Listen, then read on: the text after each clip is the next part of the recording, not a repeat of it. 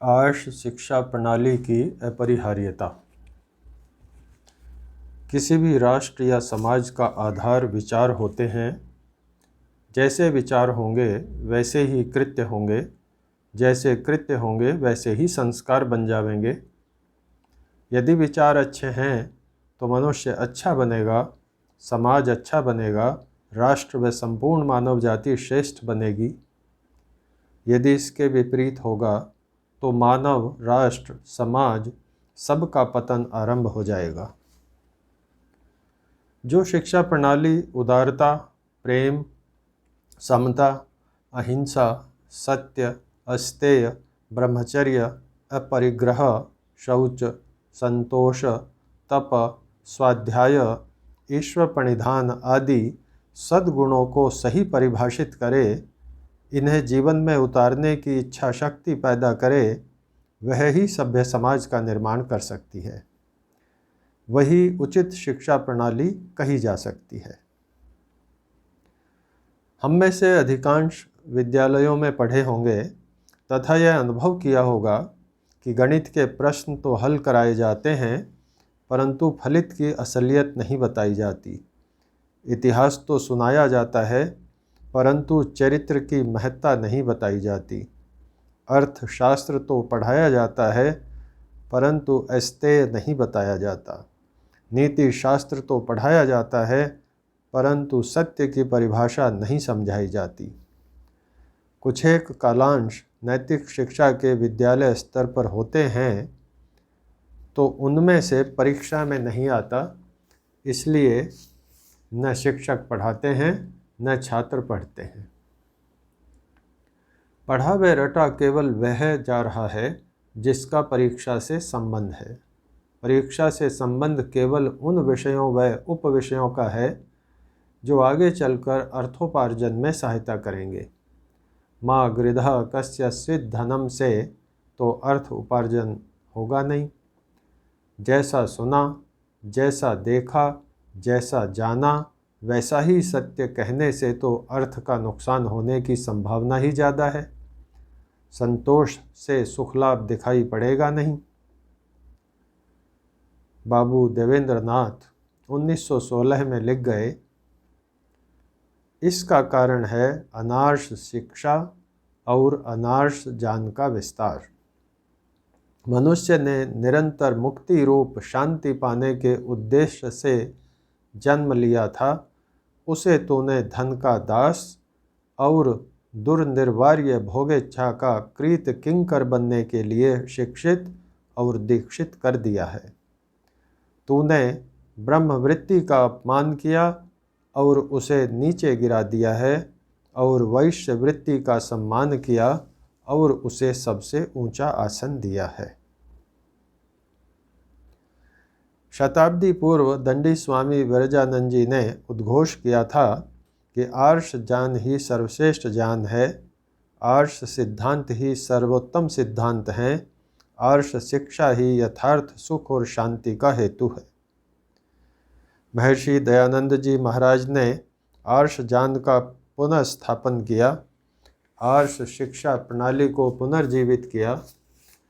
शिक्षा समाज, राष्ट्र एवं विश्व के उत्थान के लिए वेद प्रतिपादित सिद्धांतों व मान्यताओं को आधार माना, ईश्वर के सही स्वरूप को बताया, ब्रह्मचर्य की आवश्यकता का प्रतिपादन किया, राष्ट्रीय अस्मिता को जगाया, समस्त विश्व को श्रेष्ठ बनाने का स्वप्न देखा। ये सब कैसे हो सकता है? विचार परिवर्तन से, दृष्टिकोण परिवर्तन से। विचार व दृष्टि बदलती है शिक्षा से, इसलिए सही शिक्षा की आवश्यकता रहेगी। हाँ, सही शिक्षा की परिभाषा को बदलना होगा। भौतिक, सामाजिक व आत्मिक तीनों दृष्टिकोण से जो प्रणाली पूरी उतरे, उसे सही शिक्षा प्रणाली कहना होगा।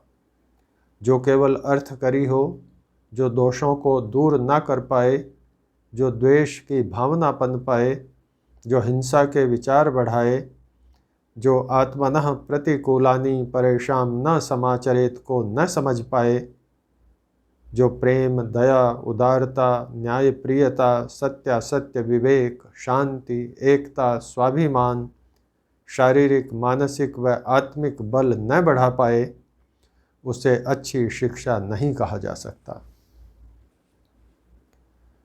महर्षि के देहावसान के बाद आर्य समाज मंदिर लाहौर में एक श्रद्धांजलि सभा का आयोजन किया गया तथा ऋषि के आदर्शों के अनुकूल एक स्मारक बनाने पर विचार हुआ। उसे सभी वैदिक संस्कृति एवं वेद की शिक्षा का केंद्र बनाना चाहते थे। 6 नवंबर 1883 को दयानंद एंग्लो वैदिक स्कूल की स्थापना का निश्चय किया गया। 8 नवंबर को सार्वजनिक सभा में पंडित गुरुदत्त विद्यार्थी जी द्वारा प्रस्तुत प्रस्ताव को सर्वसम्मति से स्वीकार किया गया। 23 दिसंबर 1883 को कॉलेज के लिए की गई पहली अपील में लिखा गया, उस महात्मा व ब्रह्मर्षि के स्मारक के रूप में एक ऐसा महाविद्यालय बनाया जावे जिसमें संस्कृत भाषा का उच्च कक्षा तक अध्ययन हो और वेद तथा वेद विद्या के ग्रंथ पढ़ाए जावें। उसमें अंग्रेजी शिक्षा भी उच्च कक्षा तक हुआ करेगी, क्योंकि जीविकोपार्जन तथा पाश्चात्य विद्याओं की प्राप्ति के लिए अंग्रेजी शिक्षा का होना भी आवश्यक है। कॉलेज के प्रारूप संबंधी परिपत्र में भी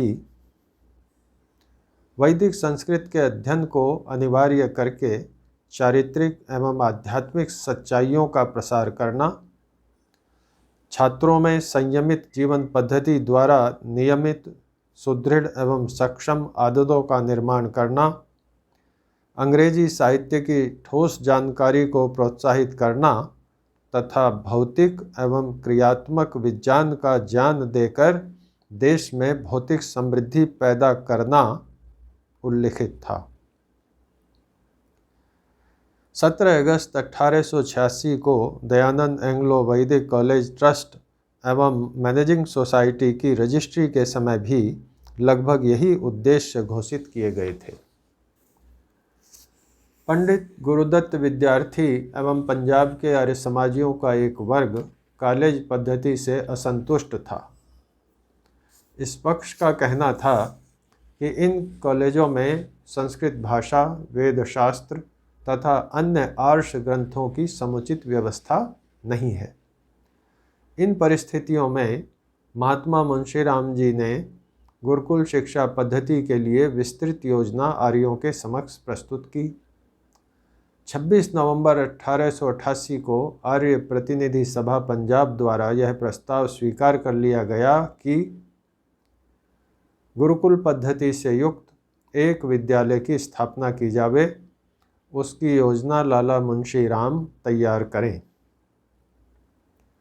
आर्य प्रतिनिधि सभा के प्रधान लाला रलाराम के हस्ताक्षरों से गुरुकुल की प्रथम नियमावली प्रकाशित की गई। डॉक्टर जयदेव वेदालंकार लिखते हैं, गुरुकुल की जो नियमावली प्रकाशित की गई थी उसमें निरूपित पाठ्यक्रम में सांगोपांग वेदों तथा शास्त्रों को प्रमुख स्थान प्राप्त था। आधुनिक ज्ञान विज्ञान की पढ़ाई की भी उसमें व्यवस्था थी। अंग्रेजी भाषा तथा साहित्य की शिक्षा को भी उसमें स्थान दिया गया था। इस पाठ्यक्रम की महत्वपूर्ण विशेषता यह थी कि इसके अनुसार ब्रह्मचर्य का पालन, व्यायाम, प्राणायाम, संध्योपासना, अग्निहोत्र, सदाचार और तपोमय जीवन को शिक्षा का अनिवार्य अंग माना गया था। इस प्रकार स्पष्ट है कि कॉलेज प्रणाली व गुरुकुल प्रणाली दोनों में ही सिद्धांततः वेद वेदांगों का अध्ययन अध्यापन अध्यात्म के लिए तथा अन्य भाषाओं आदि का अध्ययन अध्यापन तात्कालिक जीविका आदि आवश्यकताओं के लिए स्वीकार किया गया था। ऋषियों द्वारा बताई गई शिक्षा प्रणाली के औचित्य पर प्रश्न चिन्ह नहीं लगाया जा सकता। ऋषियों के बताए मार्ग पर हम पूरी तरह ना चल सकें, यह हमारी कमजोरी है। फिर भी अपनी क्षमताओं व सामाजिक परिवेश की विपरीतताओं में भी ऋषि प्रणीत गुरुकुल पद्धति को यथासंभव अपनाने से भी लाभ ही लाभ है, पूर्ण लाभ बेशक न हो। यदि समस्त समाज में नैतिकता का विकास करना है तो वह बिना वेद शास्त्रों के नहीं होगा। यदि वेद शास्त्र पढ़ने हैं तो संस्कृत का अध्ययन अध्यापन आवश्यक होगा। यदि संस्कृत का अध्ययन अध्यापन करना है तो गुरुकुल शिक्षा पद्धति आवश्यक होगी। महर्षि अपने पत्र व्यवहार में लिखते हैं, संस्कृत विद्या की उन्नति करनी चाहिए, सो बिना व्याकरण नहीं हो सकती। वेद और प्राचीन आर्ष ग्रंथों के ज्ञान से बिना किसी को संस्कृत विद्या का यथार्थ फल नहीं हो सकता और इसके बिना मनुष्य जन्म का साफल्य होना दुर्घट है। कौमुदी आदि से व्याकरण का धुरंधर नहीं बन सकता। सायणादि भाष्य पढ़ने से वेदों का विद्वान नहीं बन सकता। दुर्गुणी शिक्षकों से सच्चरित्र छात्र नहीं बन सकता। मनुष्य जन्म का परम पुरुषार्थ मोक्ष प्राप्ति है, दुखों से अत्यंत निवृत्ति है।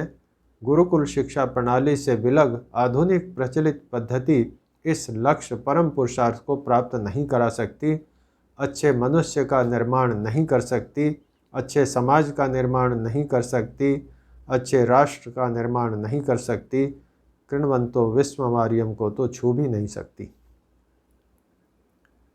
गुरुकुल कांगड़ी की स्थापना स्वामी श्रद्धानंद जी महाराज ने 1902 में की थी। स्वामी दर्शनानंद जी महाराज की प्रेरणा से 1904 में सिकंदराबाद, 1907 में गुरुकुल महाविद्यालय ज्वालापुर, 1923 में कन्या गुरुकुल दरियागंज, 1914 में कन्या गुरुकुल हाथरस, मुल्तान, कुरुक्षेत्र, इंद्रप्रस्थ, मटिंडू, रायकोट, सूपा, भटिंडा, झज्जर, कमालिया आदि गुरुकुलों की स्थापना हुई, जिनकी संख्या निरंतर बढ़ती रही है। गुरुकुल शिक्षा पद्धति की बात करते हैं तो गुरुकुल कांगड़ी गुरुकुल पद्धति के पर्याय की तरह उभरकर सामने आता है। इस गुरुकुल की उपाधियों को 1947 से पहले मान्यता प्राप्त नहीं थी। फिर भी अपनी योग्यता के बल पर गुरुकुल के डॉक्टर प्राणनाथ, डॉक्टर ईश्वर दत्त, डॉक्टर सत्यकेतु विद्यालंकार आदि कितने ही स्नातकों ने विदेशी विश्वविद्यालयों से डॉक्टरेट की उपाधि प्राप्त की थी। इससे यह तो स्पष्ट है कि यदि योग्यता हो तो रास्ते अपने आप खुलते चलते हैं। 1947 से 1950 तक उत्तर प्रदेश सरकार, हिमाचल प्रदेश सरकार, केंद्रीय सरकार व पंजाब सरकार ने गुरुकुल की अलंकार उपाधियों को बीए के समकक्ष मान्यता प्रदान की थी, अर्थात गुरुकुल के स्नातक किसी भी ऐसी परीक्षा में बैठ सकते थे जिसमें बीए की योग्यता की आवश्यकता हो। आज बहुत कम गुरुकुल ऐसे होंगे जो किसी संस्था से संबद्ध न हो व जिनकी उपाधियों को मान्यता न हो। जो नहीं जुड़े हैं वे अपनी उपाधियां देते हैं, उनके छात्र संस्कृत, दर्शन व अध्यात्म की कहीं अधिक सेवा कर रहे हैं तथा आर्थिक रूप से भी अक्षम नहीं हैं। जो मान्यता प्राप्त उपाधि वाले गुरुकुलों के संस्कृत स्नातक हैं, उनके लिए केवल अध्यापन के ही रास्ते नहीं, अपितु वे सभी रास्ते खुले हैं जिनमें कोई भी बीए का छात्र जा सकता है। जो गुरुकुल आधुनिक विषय भी पढ़ाते हैं तथा उपाधि मान्यता प्राप्त है, उन्हें तो कोई परेशानी होनी नहीं चाहिए। सभी छात्र एक जैसे विचार के नहीं होते, न हो सकते। यदि ऐसा होता तो ब्राह्मण, क्षत्रिय, वैश्य, शूद्र वर्ण की व्यवस्था गुरुकुलों के आचार्यों को न सौंपी जाती। कुछ छात्र केवल अध्यात्म के क्षेत्र में जाएंगे, कुछ परोपकार को मुख्य मानेंगे, कुछ विद्या विनोद को अच्छा समझेंगे, कुछ को तकनीक पसंद होगी तो कुछ को प्रशासन पसंद होगा। कहीं ऐसा तो नहीं कि हम गुरुकुल में प्रविष्ट होने वाले प्रत्येक छात्र से अध्यात्म व समाज सुधार की ही आशा लिए बैठे हों, वह उसके गुण व स्वभाव के अनुकूल उसके भविष्य के बारे में न सोच रहे हों। कहीं गुरुकुल के छात्रों में यह धारणा तो नहीं बन गई कि संस्कृत पढ़ने के बाद अध्यापन ही मुख्यतः जीविका का साधन हो सकता है। जीविका संबंधी इस धारणा का मार्जन करना होगा एवं गुण व स्वभाव के अनुकूल छात्रों में योग्यता का विकास करना होगा। स्वतंत्रता संग्राम हो या प्रचार प्रसार हो, साहित्य का सृजन हो या पत्रकारिता हो, कहीं भाई रामनाथ बलिदान देते दिखाई पड़ते हैं तो कहीं बुद्धदेव विद्या मार्तंड दक्षिण भारत में असत्य को शास्त्रार्थ के लिए ललकारते दिखाई देते हैं। कहीं इंद्र विद्या वाचस्पति की लेखनी का शौर्य सुनाई पड़ता है तो कहीं सत्यव्रत सिद्धांत अलंकार की लेखनी का गांधीर्य। कहीं राम गोपाल 20 वर्षों तक अर्जुन का संपादन करते हैं तो कहीं क्षितिज दैनिक हिंदुस्तान में प्रभावी अग्रलेख लिखते हैं। कहीं प्रकाशवीर शास्त्री की संसद में गर्जना सुनाई पड़ती है तो कहीं इंद्रवेश राजनीति से धर्म स्थापना का बीड़ा उठाए दिखते हैं। कहीं गुरुकुल का छात्र शूटिंग में भारत का प्रतिनिधित्व करता है तो कहीं कोई अर्जुन अपने धनुष से टोक्यो ओलंपिक को गुंजित करता है। ऐसा कोई क्षेत्र, कोई ऐसी विधा नहीं जिसमें गुरुकुल के छात्रों ने प्रवेश न किया हो व अपनी पहचान न बनाई हो। गुरुकुल के छात्रों का आर्थिक पक्ष भी कभी कमज़ोर नहीं रहा, न अब है। बस ज़रूरत है थोड़ा सा दिशा देने की। रोजगार के अवसर सीमित होते हुए आज भी गुरुकुल से निकले छात्र कॉलेज से निकले छात्रों की तुलना में रोजगार के क्षेत्र में कहीं अधिक सफल हैं। उनका प्रतिशत आनुपातिक रूप से कहीं ज़्यादा है। गुरुकुल के छात्र परिश्रमी हैं, तपस्वी हैं, मेधावी हैं, परंतु कई बार अंग्रेजी का भाव हीन भावना से ग्रस्त कर सकता है। पहले तो अंग्रेजी न जानना हीनता है ही नहीं, दूसरे अंग्रेजी जानना असंभव नहीं। मैं 1979 में भारतीय प्रशासनिक सेवा की परीक्षा देने चंडीगढ़ गया था। गुरुकुल के एक साथी जो संस्कृत में मेरे से कहीं अधिक योग्य थे मिले, कहने लगे, हम कैसे परीक्षा दे सकते हैं, हमें अंग्रेजी नहीं आती। मैंने कहा, आप 6 माह में अष्टाध्यायी याद कर सकते हैं तो ये अंग्रेजी क्या चीज़ है। उन्होंने अंग्रेजी सीखी, परीक्षा दी, उत्तीर्ण हुए, गौरवशाली करियर रहा, वैदिक सिद्धांतों से सुगंधित। आज लगभग सभी गुरुकुलों का पाठ्यक्रम आर्ष पद्धति पर आधारित है तथा आधुनिक विषयों का भी यथासंभव समावेश है। प्रथम, जिन संस्थाओं का पाठ्यक्रम आर्ष पाठविधि अनुसार नहीं है उन्हें प्रयास कर पाठ्यक्रम संशोधित कर लेना चाहिए। द्वितीय, शेष बची प्रदेश की सरकारों से कम 12वीं स्तर की परीक्षाओं की मान्यता दिलाए जाने का प्रयास होना चाहिए। तृतीय, स्नातक व उससे आगे की उपाधियों की मान्यता गुरुकुल कांगड़ी विश्वविद्यालय द्वारा प्रदान किए जाने की व्यवस्था की जानी चाहिए। इससे जहां गुरुकुल कांगड़ी की कम छात्रों की समस्या का समाधान होगा, वहीं आर्ष संस्थाओं को एक निज संस्था मिलने का गौरव होगा। चतुर्थ, छात्रों की योग्यता गुरुजनों की योग्यता पर आधारित होती है। गुरुकुलों में कुछ शिक्षक सेवा भावना व तपस्या की दृष्टि से वास करते हैं तथा समर्पित भाव से छात्रों को पढ़ाते हैं। शेष शिक्षक नाम मात्र वेतन पर शिक्षण कार्य करते हैं, जिससे अच्छे योग्य शिक्षक गुरुकुलों की ओर आकर्षित नहीं होते। यदि होते भी हैं तो वेतन उनकी योग्यता अनुकूल नहीं होता।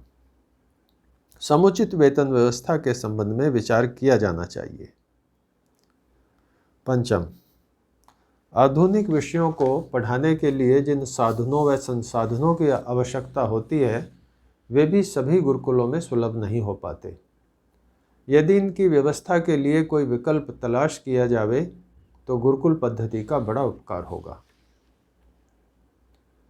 महर्षि दयानंद चरितकार के शब्दों में, आर्ष ज्ञान के विस्तार पर ही सारे विश्व की शांति निर्भर है। आर्ष शिक्षा के साथ ही मनुष्य समाज की सर्व प्रकार की शांति अनुस्यूत है। जैसे और जिस प्रकार यह सत्य है कि 1 और 1 2 होते हैं, वैसे ही और उसी प्रकार यह भी सत्य है कि आर्ष ज्ञान ही मानवीय शांति का अनन्य हेतु है। संसार में जब तक अन्याय, अशांति, हिंसा, असत्य रहेंगे, जब तक न्याय, शांति, अहिंसा व सत्य की पूर्ण प्रतिष्ठा नहीं होगी, तब तक आर्ष शिक्षा प्रणाली की सार्थकता रहेगी। आर्ष प्रणाली पहले भी प्रासंगिक थी, वर्तमान में भी आवश्यक है तथा भविष्य में भी अपरिहार्य रहेगी। अक्टूबर 2021।